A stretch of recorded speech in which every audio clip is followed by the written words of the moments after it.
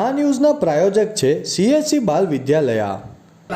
લાહોરી ઝીરા, હર કોઈ પીરા લાહોરી ઝીરા. વલસાડના કોસંબા રોડ ઉપર ભારે પવન સાથે પડેલા વરસાદને લઈ વૃક્ષ ધરાશયી થતા ટ્રાન્સફોર્મર પોલ તૂટતા ગાયનું મોત, વિસ્તારમાં વીજ પુરવઠો ખોરવાયો.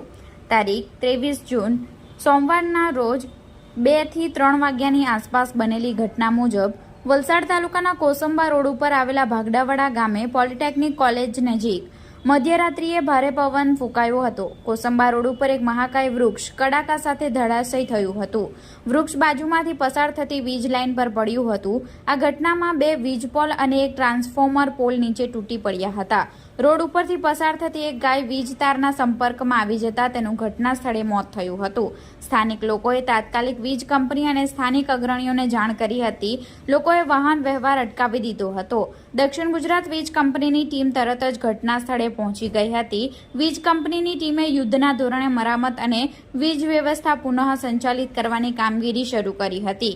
ભાગડાવાડા ગામ અને આસપાસના વિસ્તારોમાં કેટલાક કલાકો સુધી વીજ ગુલ રહી હતી.